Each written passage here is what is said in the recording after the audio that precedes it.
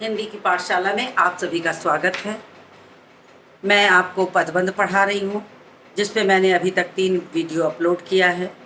आपने उसे देखा, परंतु बहुत सारे लोगों ने देख तो लिया और कुछ लोगों ने तो देखा भी नहीं। पहले वीडियो को देखा तो दूसरा छोड़ दिया। ऐसे करने से आपको क्रम बिगड़ जाएगा और फिर आपको जो चीज़ें ग्रामर की लिंक से एक दूसरे से जोड़कर कई पार्ट में आ रही है वो आपको आएंगी नहीं। तो इसलिए आप क्रमानुसार सारे वीडियो को बराबर देखिए। ज़्यादा बड़ा वीडियो नहीं है, यदि मैं इससे भी छोटा करूँगी तो एक पार्ट भी आपको नहीं समझा पाऊँगी। इसलिए मुझे मजबूरन कम से कम 15 मिनट का बनाना पड़ रहा है। मुझे उम्मीद है कि आप अपने व्याकरण की कठिनाई को समझते हुए उसे देखेंगे। लाइक करिए प्लीज़। लाइक नहीं करेंगे तो मुझे मोटिवेशन नहीं मिलेगा, मुझे लगेगा कि मेरा बनाना व्यर्थ है, आपके किसी काम का नहीं है। तो उसके लिए आपको लाइक करना ज़रूरी है। शेयर भी करिए जिससे लोगों को फ़ायदा मिले। तो ये सारी चीज़ें हैं। मैं पदबंध पढ़ा रही थी, जिसमें मैंने संज्ञा पदबंध, सर्वनाम पदबंध और विशेषण पदबंध आपको पढ़ा दिया। और आज बारी है क्रिया पदबंध की। क्रिया पदबंध बताने के पहले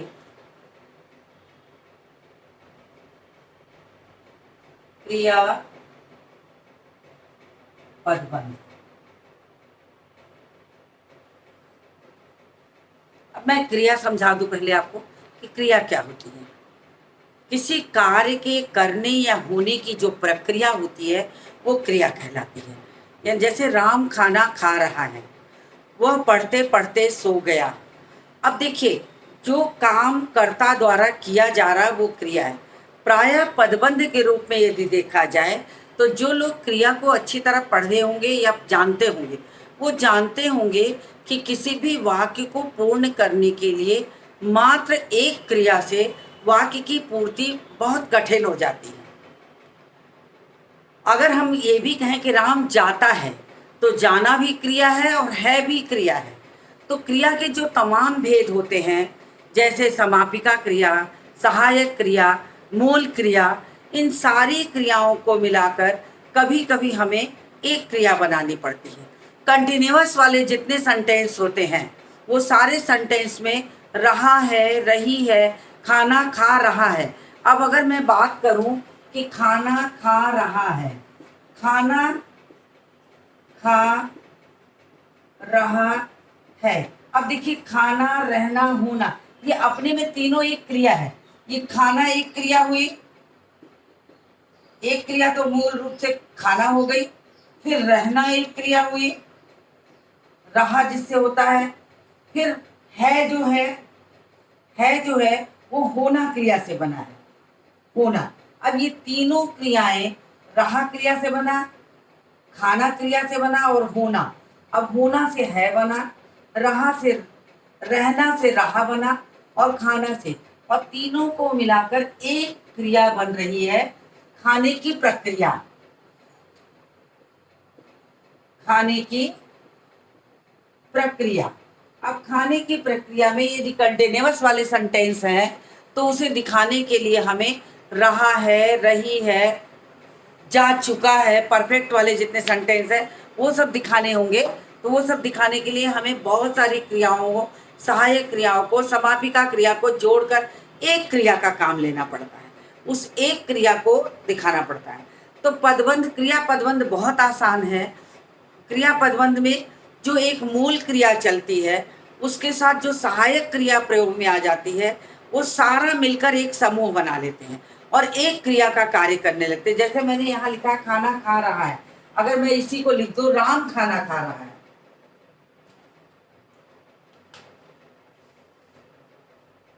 राम खाना खा रहा है, और आपसे कहूं कि क्रिया पदबंध बताइए, तो मूल क्रिया तो इसकी ये हो गई और रहा है इसकी सहायक क्रिया है।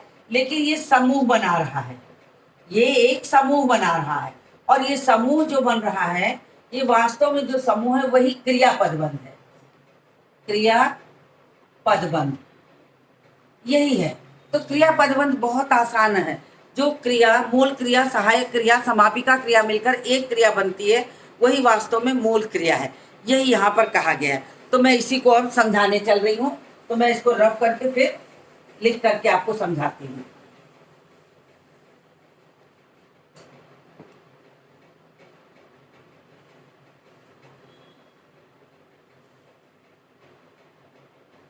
चलिए,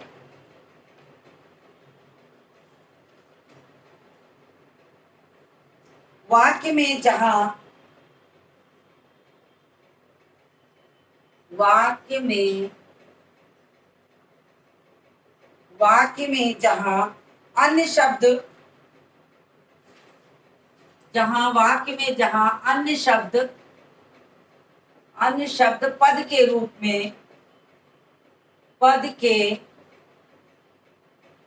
में प्रयुक्त होते हैं, वहीं पर क्रिया प्रायः पदबंध के रूप में प्रयुक्त होती है। अगर हम कहें कि कोई भी वाक्य जो है वो बिना क्रिया के संपन्न नहीं हो सकता। अगर हमें वाक्य निर्माण करना है तो एक कर्ता एक क्रिया का होना अति आवश्यक है। जैसे अगर हम कहें कि राम खाना खाता है, तो राम, या छोड़िए खाना भी हटा दीजिए, राम खाता है। अगर राम है खाता है तो राम कर्ता हो गया और खाना उसकी कर्ता हो। लेकिन उस राम खाता है जैसे छोटे वाक्य में भी खाता क्रिया को दिखाने के लिए हमें एक समापिका क्रिया लगानी पड़ी है, समाप्त होने वाली क्रिया को लगाना पड़ा। अगर हम इसको पदबंध के रूप में देखें तो खाने की प्रक्रिया और है होने की प्रक्रिया को मिलाकर खाता है बना है, तो ये एक समूह बन गया। तो खाता है अपने में एक पदबंध हो गया, इसको हम क्रिया पदबंध कहेंगे। तो क्रियाएं वास्तव में पदबंध के रूप में ही प्रयुक्त होती हैं, क्योंकि वाक्य के बहुत सारे काल होते हैं। वाक्य के जब बहुत सारे काल होते हैं तो उन कालों को हम विभिन्न कालों में जब क्रिया को दिखाते हैं तो हमें उसमें समापिका क्रिया सहायक क्रिया लगानी पड़ती है, तब वो जाके स्पष्ट होते हैं। तो इसको मान लीजिए कि इसको दिखाने के लिए आपको क्रिया का यही समूह जो बनेगा वो पदबंध कहलाता है। मैं एक वाक्य लिखती हूँ, जैसे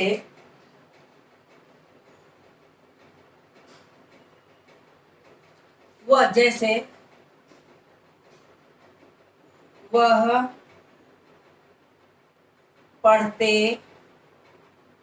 पढ़ते सो गया। अब देखिए इसमें कितनी सारी क्रियाएं हैं, हमको दिखाना है कि वो पढ़ते समय सो गया। अब यहाँ देखिए, पढ़ना अपने में एक क्रिया है ही है, सोना एक क्रिया है ही है, गया एक क्रिया है एक क्रिया। अब इसको देखिए, ये पढ़ धातु से बना है, जिसको हम संस्कृत में पठ कहते हैं, पठ धातु। और फिर उसके बाद सोना एक प्रक्रिया है ही है, तो एक धातु ये हो गई। फिर गया जो बना है जा धातु से बना है, जा धातु से। है जो बना है वो होना धातु से बना है, हो धातु से। अब देखिए चार क्रियाएं यहां पर मिल करके एक क्रिया संपन्न कर रही हैं, वह पढ़ते पढ़ते सो गया। अब ये समूह बन रहा है, तो ये समूह बनने के साथ ये क्या बन जाएगा, क्रिया का समूह, क्रिया पद बंध। ये क्रिया पद बंध हो गया। यानी कि हमने क्या किया कि एक क्रिया को स्पष्ट करने के लिए जो उसमें सहायक और समापिका क्रिया लगाई, उस क्रिया ने एक समूह बना दिया, और समूह बनाने के साथ ये बन गया एक झुंड, एक समूह, और बन गया हमारा क्रिया पदबंध। तो क्रिया पदबंध तो बहुत आसान है, जो वाक्य के हमेशा पिछले हिस्से में आएगा, आखिरी हिस्से में आएगा और समूह बनाए रहेगा। समापिका और सहायक और समापिका क्रिया को लेकर के मूल क्रिया, सहायक क्रिया और समापिका क्रिया को लेकर एक क्रिया बनती है, और तीनों को मिलाकर जो समूह बन जाएगा वो हो जाएगा हमारा क्रिया पदबंध।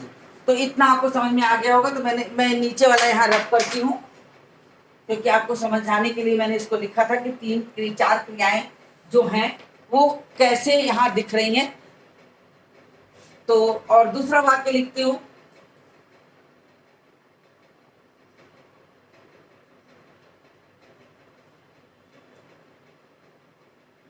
मुझे सब सुनाई दे रहा है। अब देखिए, सुनना अपने में एक क्रिया है, देना अपने में एक क्रिया है, रहा अपने में एक क्रिया है अपने एक क्रिया। लेकिन यहाँ कंटिन्यूअस के सेंटेंस को दिखाने के लिए, कंटिन्यूअस के सेंटेंस को दिखाने के लिए हमने यहाँ पर एक समूह बनाया, सुनाई दे रहा है। प्रायः कंटिन्यूअस वाले सेंटेंस जितने होते हैं वही पदबंध बनाते हैं, या परफेक्ट वाले, गया, जाता है, ये वाले समूह ज्यादातर बनाएंगे। तो इन्हीं के वाक्य आपको मिलेंगे, प्रायः मिलेंगे इन्हीं के वाक्य। तो आपको बहुत आसान हो जाएगा कि वाक्य के हमेशा अंत में आएंगे और इनका एक अपना एक समूह बना रहेगा। मुख्य क्रिया, सहायक क्रिया, समापिका क्रिया, तो तीनों क्रियाओं को मिला करके एक समूह बनेगा, जिससे कि ये बन जाएगा पदबंध। और कौन सा पदबंध कहलाएगा? क्रिया पदबंध। तो ये क्रिया पदबंध हुआ। अगला वाक्य लिखती हूँ,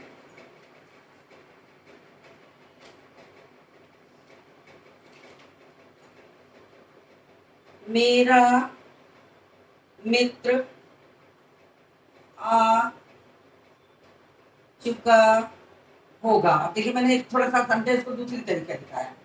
अब इसमें आना एक क्रिया हुई, ये मुख्य क्रिया है, ये सहायक क्रिया है, ये समापिका क्रिया है, और तीनों को मिलाकर समूह बन गया। ये तीनों को आ चुका होगा, ये तीनों को मिला के समूह बन रहा है। तो ये क्या बन जा रहा है? क्रिया पदबंध। क्रिया पदबंध। तो ये पदबंध का मतलब ही होता है पदों का समूह, और ये तीन पद मिला के एक समूह बनाए हैं जो क्रिया का काम कर रहे हैं। तो ये क्रिया पदबंध हो गया। तो क्रिया पदबंध भी अपने में बहुत आसान है। एक वाक्य और लिख देती हूं,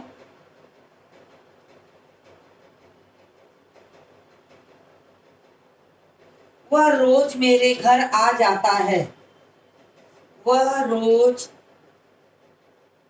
मेरे घर आ जाता है। अब देखिए, आना जाना है, मुख्य क्रिया, सहायक क्रिया, समापिका क्रिया। ये क्रिया के भेद है वास्तव में देखा जाए तो मुख्य क्रिया, सहायक क्रिया, समापिका क्रिया को मिलाकर के एक क्रिया का काम करें, आ जाने की, आने की क्रिया दिखाई जा रही। तो ये क्या हो गया? क्रिया पदबंध। तो मैंने आज आपको क्रिया पदबंध पढ़ा दिया और क्रिया पदबंध समझा दिया। अगर मैं क्रिया विशेषण पदबंध बनाऊंगी तो ये वीडियो बड़ा हो जाएगा, फिर आप उसे देखेंगे नहीं तो फायदा नहीं मिलेगा। इसलिए मुझे मजबूरन क्रिया विशेषण पदबंध को अगले वीडियो में डालना होगा। लेकिन आप लगातार मेरे साथ बने रहिए। अगर आपका बनना कम हो जाएगा तो मैं वीडियो बनाना बंद कर दूंगी, क्योंकि मैं अपने लिए नहीं बना रही हूँ, ये सारी चीज़ें मैं आपके लिए कर रही हूँ। आपको अगर फ़ायदा मिला तो मेरी मेहनत सफल हो जाएगी, तो मुझे लगेगा कि हाँ, वास्तव में आपने उससे कुछ सीखा, और मेरे परिश्रम, मेरा इतने दिन का पढ़ाना, आपके साथ लगा हुआ प्रेम सब सार्थक है। तो आपको अच्छी सफलता मिलेगी तो मुझे भी फायदा मिलेगा। तो उम्मीद करती हूँ कि आपको ये क्रिया पदबंध समझ में आ गया होगा। इसी के साथ इस वीडियो को मैं समाप्त करती हूँ और मिलती हूँ आपसे इसके आखिरी पार्ट को लेकर के, क्रिया विशेषण पदबंध को लेकर अगले वीडियो में। उसके बाद के वीडियो में मैं अभ्यास कार्य कराऊंगी, तो आप मेरे साथ जुड़े रहिएगा, तभी आपको फ़ायदा मिलेगा। Thank you. और लाइक, शेयर और सब्सक्राइब जरूर करिए। लाइक नहीं करेंगे तो मुझे मोटिवेशन कहाँ से मिलेगा? तो आपके मोटिवेशन की मुझे आवश्यकता है, तो आप मेरे साथ बने रहिए। मिलती हूँ अगले वीडियो में।